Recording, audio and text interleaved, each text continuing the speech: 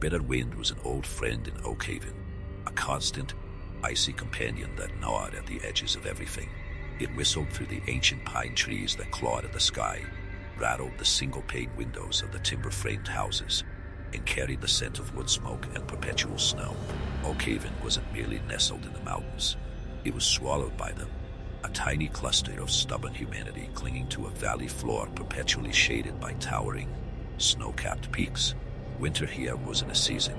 It was an eternal state of being, a white shroud that muffled sound and light, pushing the inhabitants closer together, yet isolating them from the world beyond.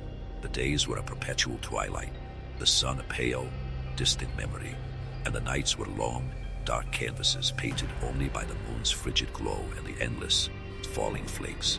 Every breath was a frosty plume, every step a crunch on the frozen earth, and the silence, when the wind momentarily abated, was profound, almost deafening, broken only by the distant howl of a lone wolf or the creak of ancient timbers groaning under the weight of accumulated snow. Elias, like most of Oakhaven's younger generation, had grown up with the legend of the Lady of Snow woven into the very fabric of their lives. It was a bedtime story, a cautionary tale whispered around crackling fireplaces on nights when the blizzards raged outside, pressing against the very walls of their homes. The tale spoke of Elias, a beautiful, spirited young woman from centuries past, caught in a sudden, furious avalanche while traversing the treacherous mountain pass that led to the nearest valley. Her body, the story went, was never recovered, entombed beneath tons of ice and rock, a tomb as vast and indifferent as the mountains themselves. But her soul, they said, couldn't find peace. Trapped in the frigid embrace of the mountain, it yearned for warmth, for release, a spectral echo of her final, desperate shivers.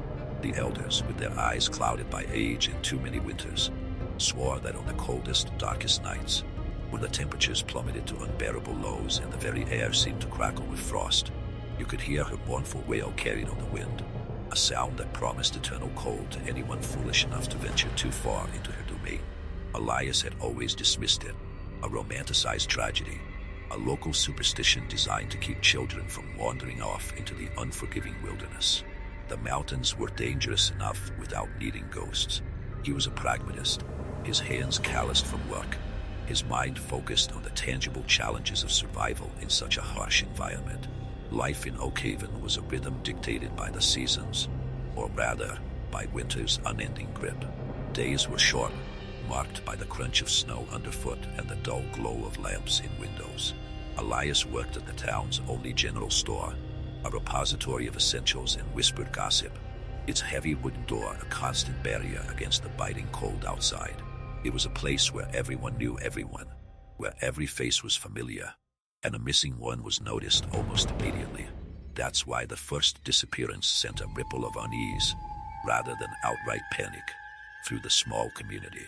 Old Man Hemlock, a trapper known for his solitary ways, his face a roadmap of ancient wrinkles, and his uncanny ability to navigate the harshest blizzards, hadn't returned from his usual week-long circuit.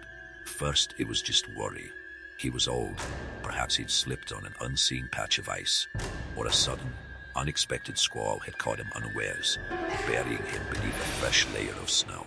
Sheriff Brody, a man whose face was as weathered as the mountain rocks, and whose shoulders seemed perpetually hunched under an invisible weight, organized a small search party. They scoured the lower slopes, following Hemlock's usual routes, but after 3 days of relentless, blinding snow, they returned empty-handed, their faces gaunt with cold and discouragement. Just the mountain claiming its own, Brody had muttered, his voice heavy with resignation, a sentiment that had been repeated countless times over generations when someone failed to return from the wilderness. But this time it felt different. A cold, unnatural sensation seemed to permeate the very air of Oakhaven. It wasn't just the biting wind that froze the exposed skin. It was a deeper chill, one that settled in the bones and whispered through the silent, snow-laden streets. The fires in the hearth seemed to struggle, their warmth less comforting, more a futile defiance against an encroaching, pervasive cold that seeped through stone and timber alike. Elias noticed it first when he was closing up the store one evening, pulling the heavy wooden shutters into place. A patch of frost impossibly intricate had formed on the inside of a window pane, depicting what looked eerily like a human hand, fingers splayed as if reaching or desperately pushing against the glass from within. He scoffed, blaming the poor insulation, or perhaps a trick of the moisture, but a shiver, unrelated to the external temperature, traced a path down his spine. The next morning, it was gone, melted away by the rising sun, leaving only a faint, damp stain on the glass. He told himself it was nothing. Then, 2 days later, young Lily, a girl no older than 10, vanished.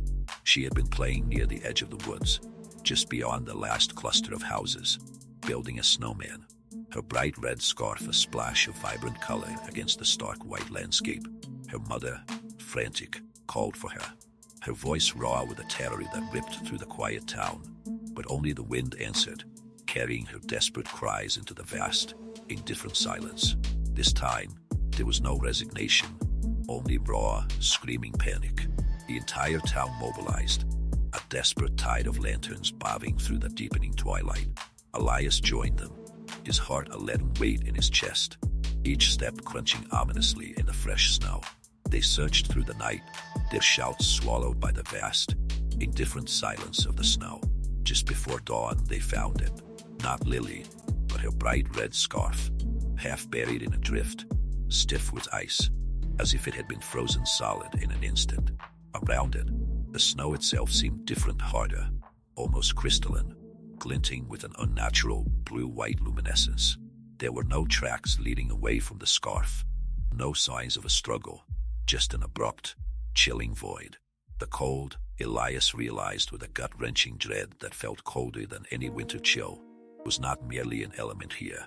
It was a presence, and it was growing. The whispers of the old legend, once a distant echo, were now a horrifying, icy breath on the back of Oakhaven's collective neck. Something ancient and malevolent was stirring in the heart of the mountain, and it was beginning to wake up, its frigid touch already reaching into the very core of their once safe community.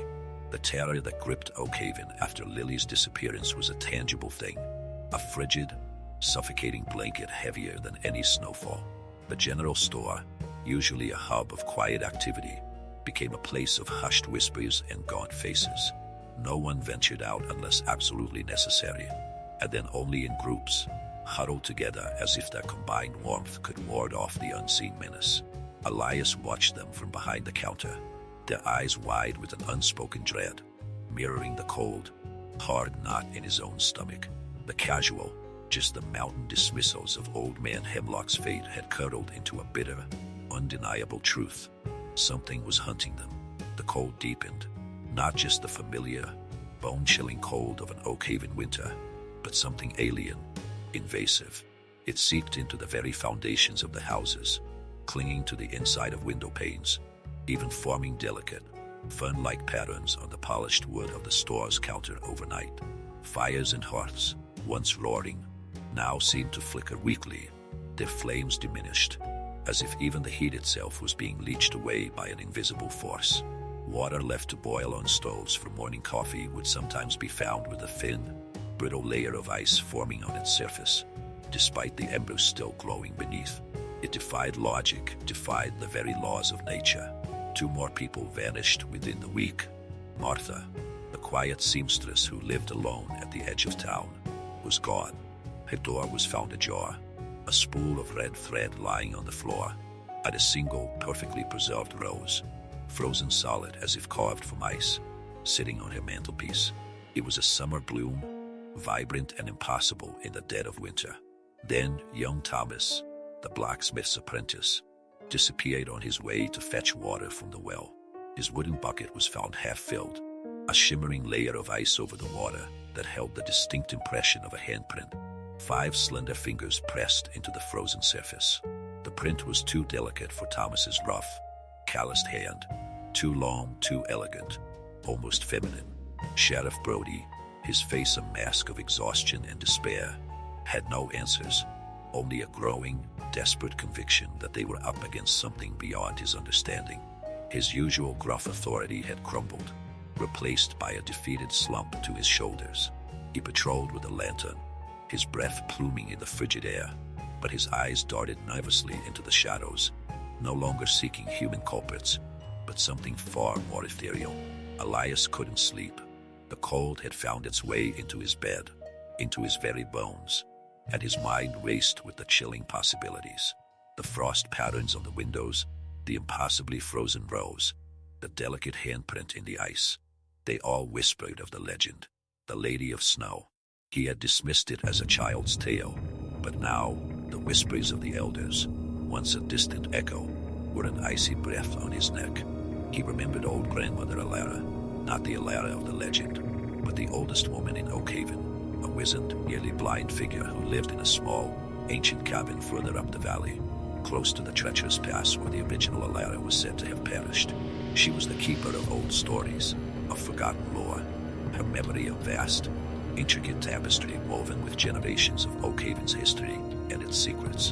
One impossibly still afternoon, when the air was so heavy with cold it felt like glass, Elias wrapped himself in his thickest furs and began the arduous trek to grandmother Alara's cabin. The snow was deeper than ever, unbroken by any recent tracks. The silence so profound it pressed against his eardrums. Every crunch of his boots seemed deafening in the vast, white expanse. As he climbed, he noticed things, patches of snow that shimmered with an unnatural, blue-white luminescence, like the one about Lily's scarf. Intricate ice formations clinging to the branches of pine trees, resembling delicate, skeletal hands reaching out. The air grew colder with every step, a piercing, absolute zero that stole his breath. He could see his own eyelashes stiffening with frost. When he finally reached her cabin, a faint wisp of smoke curled from its chimney, a comforting sign of life in the desolate landscape. He knocked, and after a long moment, the door creaked open, revealing grandmother Alara's ancient, wrinkled face, her eyes clouded but surprisingly sharp. "Elias," she rasped, her voice like dry leaves. "I've been expecting you. The cold, it calls to you, doesn't it?" He stepped inside, shivering, the warmth of her small, fire-heated cabin a blessed reprieve, though even here, a faint, unnatural chill seemed to linger in the corners. The air was thick with the scent of wood smoke, dried herbs, and something else. A faint, almost imperceptible scent of ozone and extreme cold, like the air after a lightning strike in a blizzard. Grandmother Alara settled herself by the hearth, her gnarled hands warming over the struggling flames. "The legend of Alara," Elias began, his voice rough with cold and apprehension. "The Lady of Snow. It's true, isn't it? She is here." The old woman's gaze drifted to the window, where a fresh layer of frost was already forming, obscuring the world outside. "True as the snow that falls, child. True as the mountains that hold her. She was a spirit of the mountains before she was a woman. Her heart, once warm, turned to ice when the mountain claimed her body. And now her sorrow has festered. It has become a hunger. A hunger for what?" Elias asked, a knot tightening in his stomach. "For warmth," grandmother Alara whispered, her voice barely audible above the faint hiss of the struggling fire. "For the warmth of life. She draws it out, consumes it. That is why they vanish, Elias. Their warmth, their very essence, is stolen, and in its place, she leaves her mark, her cold." She gestured vaguely towards the window, where the frost was now forming into an intricate, almost swirling pattern, reminiscent of a woman's flowing hair. "She grows stronger with each one she claims. The mountain breathes her sorrow, and soon, Oakhaven will be nothing but a tomb of ice and silence, a monument to her unending grief." Elias felt a profound dread settle over him. The old woman's words were not a tale. They were a prophecy, unfolding before his very eyes. He had to stop her. But how could one man fight a ghost? A legend made real, a force of nature twisted by eternal sorrow. He looked at the swirling frost on the window, and for the first time, he thought he saw something else within his patterns. A faint, mournful outline of a face, eyes like chips of blue ice, staring out at the frozen world, and perhaps staring back at him. The profound dread that settled over Elias in grandmother Alara's cabin was a living thing, a cold, heavy weight that pressed down on his chest, threatening to suffocate him. The old woman's words, delivered with the quiet certainty of ancient truth, echoed in his mind. Asterisk, she grows stronger with each one she claims. The mountain breathes her sorrow, and soon, Oakhaven will be nothing but a tomb of ice and silence. Asterisk, he looked at the swirling frost on the window, no longer seeing just patterns, but the faint, mournful outline of a face. Eyes like chips of blue ice, staring out at the frozen world, and perhaps staring back at him. It was a face of endless grief, and within its icy depths, Elias saw the reflection of Oakhaven's impending doom. How? Elias managed, his voice a raw whisper, barely audible above the faint hiss of the struggling fire. How do we stop her? How can one man fight a spirit, a force of nature? Grandmother Elias sighed, a sound like rustling parchment. She slowly stirred the embers with a gnarled stick, sending a brief flurry of sparks into the air, as if trying to coax more life from the dying flames. You cannot fight a storm, Elias. You must understand it. You cannot destroy a soul, but you can set it free. Elias' soul is not evil, child. It is trapped, frozen by the mountain's embrace. Yes, but also by her own sorrow. Her immense, unending sorrow. Her clouded eyes, usually distant, focused on Elias with an unnerving intensity. She died alone, in the bitter cold, her heart breaking not just from the chill, but from a profound loss. A betrayal, they say. It was that anguish, more than the ice, that bound her to this place. Elias leaned forward, desperate for answers. What loss? What betrayal? A lover? A promise? A life unfulfilled? Grandmother Elias rasped, her voice growing fainter, as if the very act of speaking drained her. She was to meet her beloved on the other side of the pass. He never came. Some say he fled Oakhaven, abandoning her. Others that he too perished. But Elias, in her final moments, believed she had been deserted. That belief, that ultimate coldness of heart, became her prison. Her grief solidified just as her body did. To free her, you must melt not the ice around her, but the ice in her. The ice of her sorrow, her despair, her sense of abandonment. How do I do that? Elias pressed, his mind reeling. This wasn't a physical battle. It was something far more abstract, far more terrifying. You must find what she lost, the old woman said, her voice now barely a whisper, her gaze fixed on the dancing shadows on the wall. Something that represented her hope, her love, her humanity, something that was meant for her beloved, a token of their bond. It is still out there, somewhere near where she fell. The mountain guards it, just as it guards her. Only then, when you present it to her, can her heart truly thaw. You must remind her of warmth, of love, of the life she was denied. Show her that not all hope is lost, that not all promises are broken. A shiver, colder than any winter wind, traced a path down Elias's spine. And if I fail? Grandmother Elias turned her gaze back to him, her eyes holding a profound sadness. Then Oakhaven becomes her eternal monument, a frozen tomb where no warmth can ever exist again. And you, Elias, will become another part of her collection, another source of warmth to be consumed, another echo in the eternal snowstorm. She paused, her voice regaining a sliver of its old strength. The mountain will not give up its secrets easily. The lady will not give up her prison. She is powerful now, fueled by the warmth she has stolen. She will resist. She will try to freeze your very soul, to make you one with her icy despair. Leaving Grandmother Elias's cabin, the biting cold felt more intense than ever, a hostile presence that seemed to actively press against him. The air itself was thick, almost viscous with frost, and every breath burned in his lungs.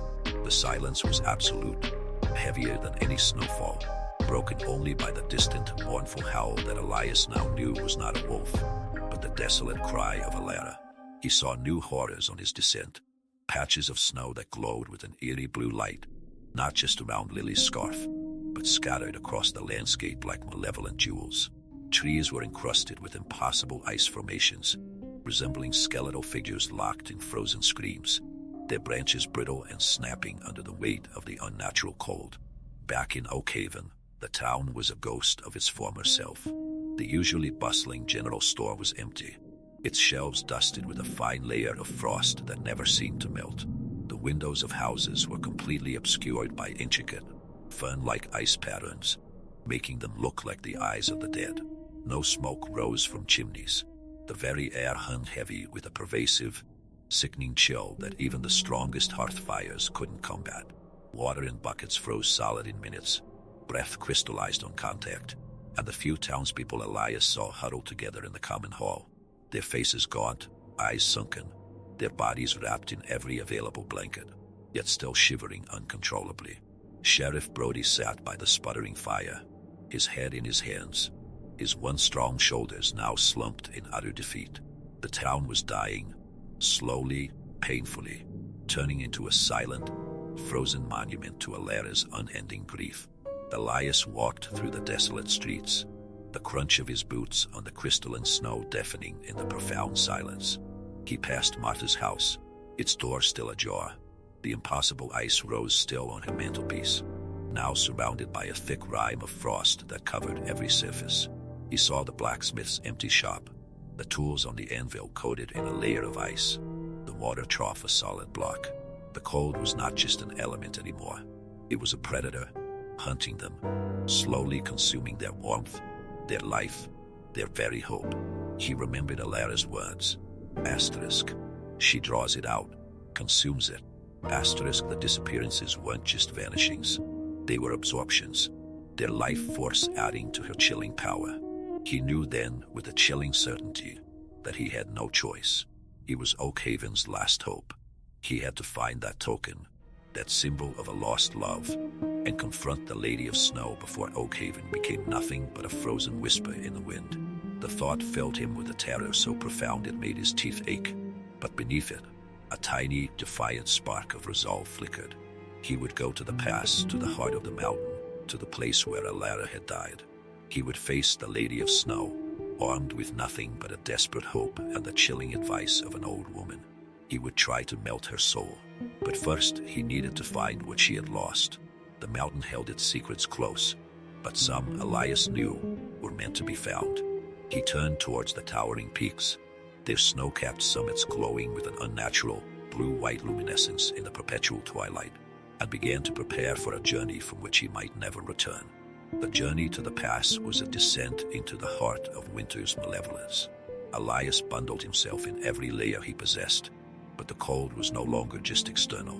It gnawed at his very core, an insidious chill that seemed to promise to freeze his blood in his veins. The air, thick and heavy, sparkled with countless ice crystals, each one a tiny, needle-sharp shard that seemed to prick his exposed skin. The mournful wail of the lady, once a distant echo, was now a constant, chilling presence, winding through the towering pines like a banshee's lament, growing louder, more insistent with every step he took uphill.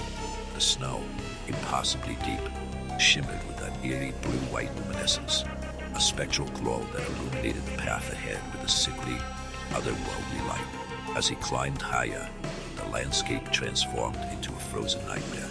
Trees were no longer just snow-laden. They were encased in thick, jagged sheets of ice, their branches twisted into grotesque, skeletal forms that seemed to reach out, grasping. Some resembled petrified figures, their limbs contorted in silent screams, monuments to an untold horror.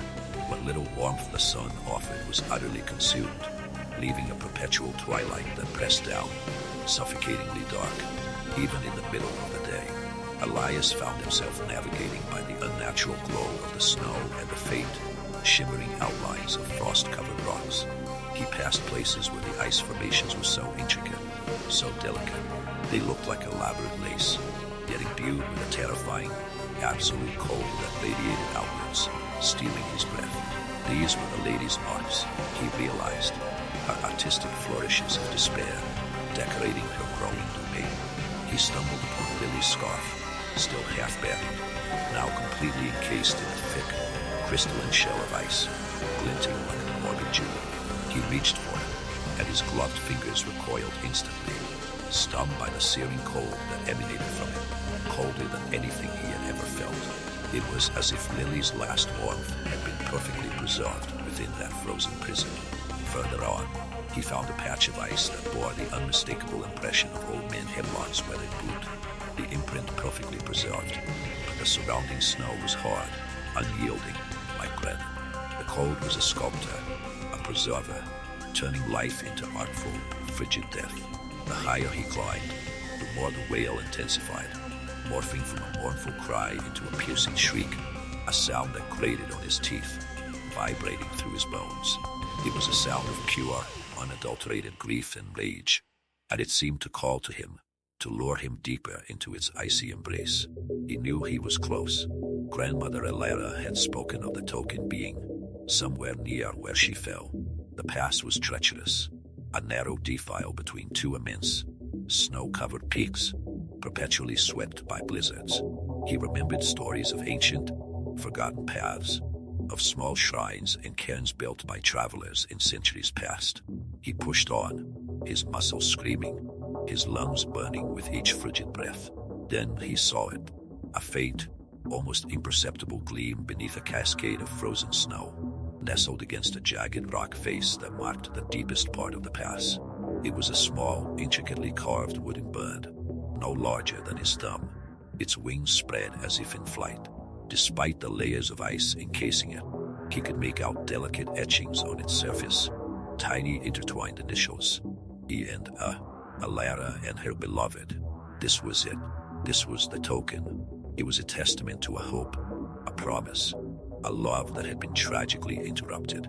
He chipped away at the ice with his pickaxe, his fingers growing numb, until he could pry it free. It lay in his palm, impossibly cold, yet radiating a faint, almost imperceptible warmth, like a dying ember. It was the warmth of a forgotten dream, a promise broken not by ill will, but by the mountain's indifference. As he held the bird, the air around him grew impossibly still, the wailing silence. A profound cold descended, a presence so overwhelming it felt like a physical weight pressing him into the snow. The shimmering blue-white light intensified, swirling, coalescing into a spectral form before him. She appeared as a towering figure, ethereal and translucent, made entirely of swirling snow and ice. Her form was vaguely human, a woman of breathtaking, terrifying beauty, her features etched with an eternal sorrow. Her hair, a cascade of frozen mist, swirled around her like a living blizzard. Her eyes, two chips of pure, crystalline blue ice, bored into Elias, devoid of warmth, yet brimming with an ancient, fathomless pain. The very air around her crackled with a frigid energy, and with every shift of her form, a fresh layer of frost bloomed on the surrounding rocks and trees. She was the embodiment of Oakhaven's winter, a manifestation of the mountain's cruel heart. You carry warmth, her voice resonated, not a sound in the air, but a chill that vibrated within his skull, a whisper of wind through ice. And you carry her hope. Foolish man, hope is a lie. Warmth is a fleeting illusion. Her icy gaze fixed on the small wooden bird in his hand, a tendril of frost, as delicate and sharp as a surgeon's scalpel, snaked out from her form, reaching for the token.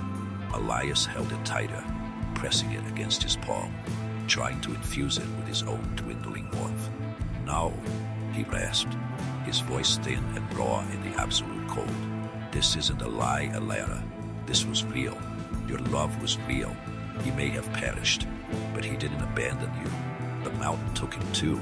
He knew Grandmother Alara had said some believed he fled, but he had to gamble on the other possibility, the one that offered a chance for peace. This bird was a promise, a symbol of your love. It was meant for him, and it waited for you. It waited through centuries of snow. The Lady of Snow recoiled slightly, the icy tendril retracting. A flicker, almost imperceptible, of something other than despair crossed her features. Confusion, perhaps, or a phantom echo of memory. He left me, her voice whispered, the chill less piercing now, more a sound of profound hurt. He never came. I froze, alone, abandoned. You weren't abandoned, Elias shouted, pushing past his terror, his voice raw with conviction. The mountain took him, Alara, just as it took you. It wasn't betrayal, it was tragedy. This bird proves it. This bird waited for you, a symbol of a love that was never broken, only tragically cut short. He extended his hand. The small wooden bird nestled in his palm, an offering. Let go of the sorrow, Elias. Let go of the cold. Your love wasn't a lie. Your soul doesn't have to be trapped.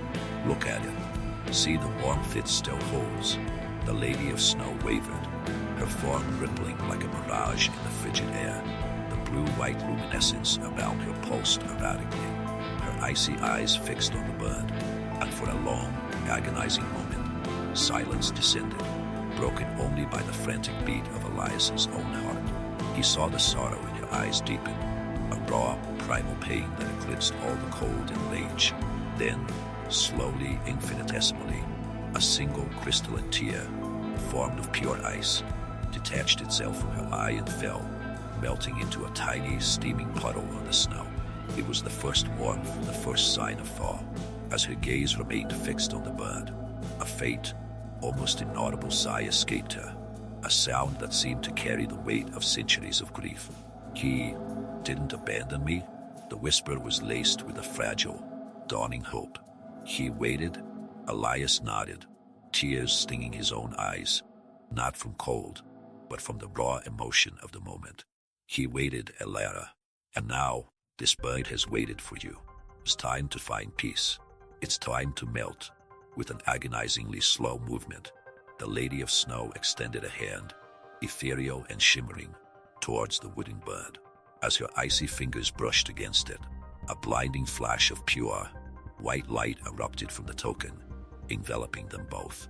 Elias felt an unbearable heat surge through his arm, through his entire body, a searing warmth that was quickly followed by an absolute, crushing cold. The lady's form convulsed, not with pain, but with an overwhelming release. He saw her face, briefly, illuminated in the blinding light, no longer a mask of sorrow, but a fleeting expression of profound relief, of peace finally found. Her icy blue eyes, for a split second, softened, reflecting a warmth that had been absent for centuries. Then, with a sound like 1,000 shattering icicles, her form exploded outwards, not in a burst of destructive force, but in a shower of brilliant, sparkling light and warm, gentle snowflakes.